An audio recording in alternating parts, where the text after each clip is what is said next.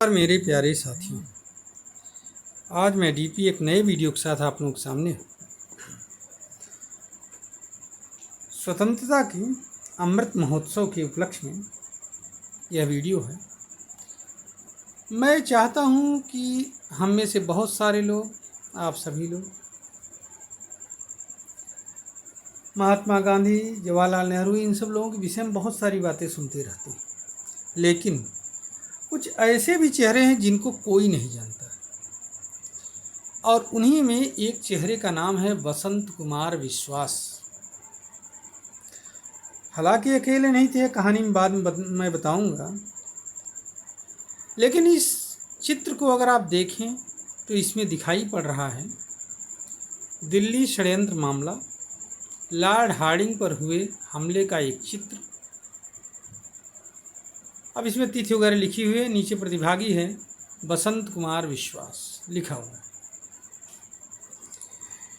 ये जो दृश्य है लॉर्ड हार्डिंग पर हुए हमले का एक दृश्य है। इसको इतिहास में दिल्ली लाहौर कॉन्स्पिरेसी कहा जाता है, दिल्ली लाहौर षड्यंत्र कहा जाता है। दरअसल ये बात है दिल्ली दरबार के आयोजन का। भारत की राजधानी दिल्ली में उस समय अर्थात 12 दिसंबर सन 1912 में जब एक कलकत्ता से राजधानी दिल्ली वो की गई थी, स्थानांतरित की गई थी, तो एक भव्य आयोजन किया गया था। इसी के उपलक्ष्य में दिल्ली के चांदनी चौक में एक जुलूस निकाला गया, और इस जुलूस में भारत के तत्कालीन वायसराय लॉर्ड हार्डिंग हाथी पर सवार होकर के अपनी वाइफ के साथ, लेडी हार्डिंग के साथ जा रहे थे। एक यात्रा निकाल रहे थे, एक यात्रा जुलूस निकाला जा रहा था। यह बात जैसे ही क्रांतिकारियों के दिमाग में आई, पता लगा कि ये यात्रा 12 दिसंबर 1912 को होनी है, तो उन्होंने भी प्लान बनाना शुरू कर दिया। क्रांतिकारी काफ़ी खफा थे, गुस्से में थे, और इनमें से कुछ लोग रास बिहारी बोस इसके मुख्य अभियुक्त माने जाते हैं, लेकिन कुछ लोग इकट्ठे हो गए जिनमें नाम आता है बसंत कुमार विश्वास, बाल मुकुंद, अवध बिहारी बोस, मास्टर अमी चंद, ये सब लोग शामिल हुए। और इन सभी लोगों ने जिम्मा लिया रास बिहारी बोस के नेतृत्व में कि हम लॉर्ड हार्डिंग को मारेंगे, बम से मारेंगे, और बम फेंकने की जिम्मेदारी दी गई बसंत कुमार विश्वास को। बसंत कुमार विश्वास अमरेंद्र चटर्जी के शिष्य थे, बहुत बड़े अमरेंद्र चटर्जी बहुत बड़े क्रांतिकारी थे, और ये रास बिहारी बोस के नौकर भी थे। रास बिहारी बोस उन दिनों देहरादून में वन संस्थान में कुछ क्लर्क थे, तो वहाँ ये रहा करता था बसंत कुमार विश्वास लड़का। ठीक है, अब कहानी कुछ इस प्रकार से है कि वहाँ भीड़ काफ़ी थी, और भीड़ का लाभ किसने लिया? इन क्रांतिकारियों ने। पंजाब नेशनल बैंक की बिल्डिंग थी, औरतों के बेस में, औरतों के बीच में बसंत विश्वास बम लेकर के चढ़ गए पंजाब नेशनल बैंक की बिल्डिंग के ऊपर।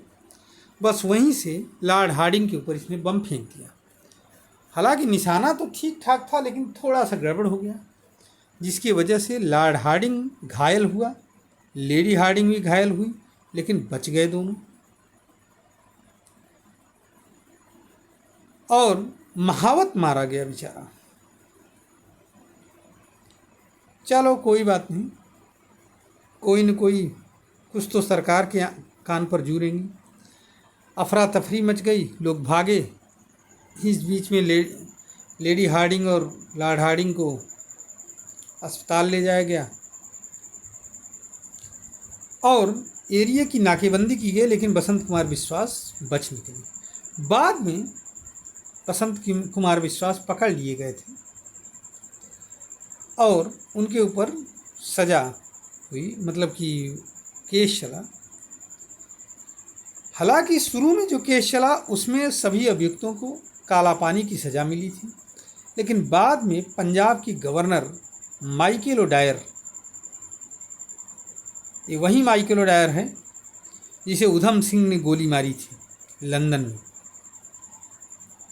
तो माइकल ओडायर के हस्तक्षेप से लाहौर हाई कोर्ट ने सभी की सज़ा को फांसी में बदल दिया और 8 मई 1915 को दिल्ली में जेल में फांसी दे दी गई। उसको खूनी दरवाज़ा कहा जाता है, जहाँ पर इनको फांसी दी गई थी, जहाँ पर जेल था।